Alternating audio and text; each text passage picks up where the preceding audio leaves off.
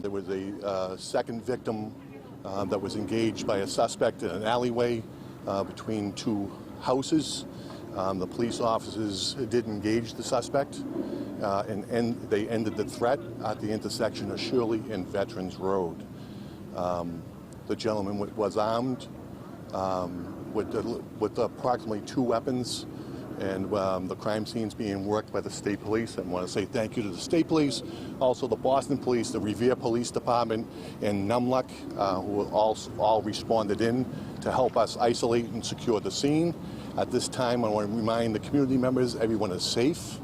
There is no other suspects that we're looking for, and the scene is under control. I'll turn it over to Colonel Mason.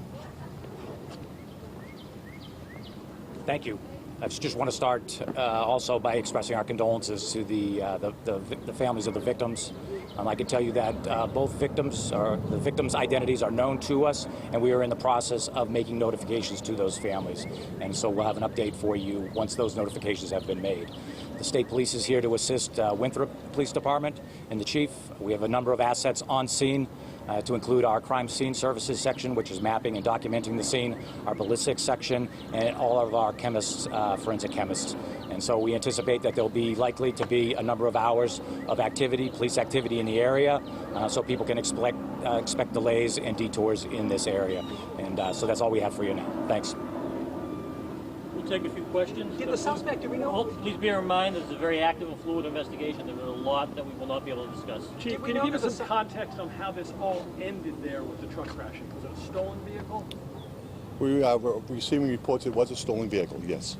Did the suspect plan to head here, or did he somehow just end up from Revere and Winthrop? It's still under investigation. Of course, a more thorough investigation is needed, and more time is needed to come to those conclusions. Could you walk us through what happened with the car crash here? Anybody injured in that? And Yes. Then the sequence of events? Sure. There was a car accident here. It was a passenger vehicle with 2 people in it that were transported to the hospital as well with non-life-threatening injuries.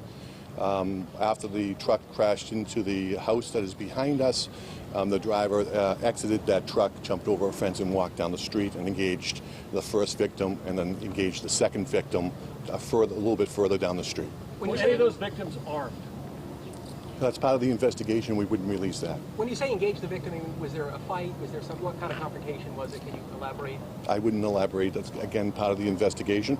And until we're sure, we won't make a statement on that. Is anyone connected, the suspect to the drain company or the bystanders to each other? Is anyone? That's all part of the investigation. We're not going to give any information out on the victim's identity until the families are notified. The state police are working on that for us and with us.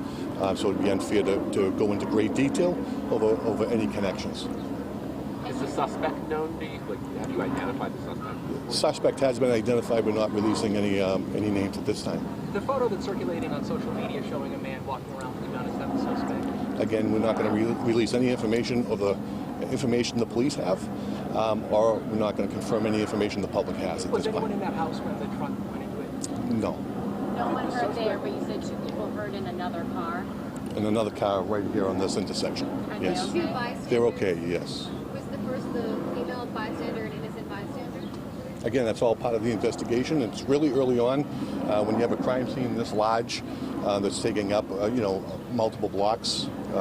It's going to take us a while to process that crime scene, and you're going to just be patient with us, and we'll release further details to the state police and the district attorney's office. And again, the Winthrop Fire Department did a phenomenal job helping us manage the scene and render aid to these victims that they encountered on the street. Chief, was the truck being chased by any police department prior to the crash? No.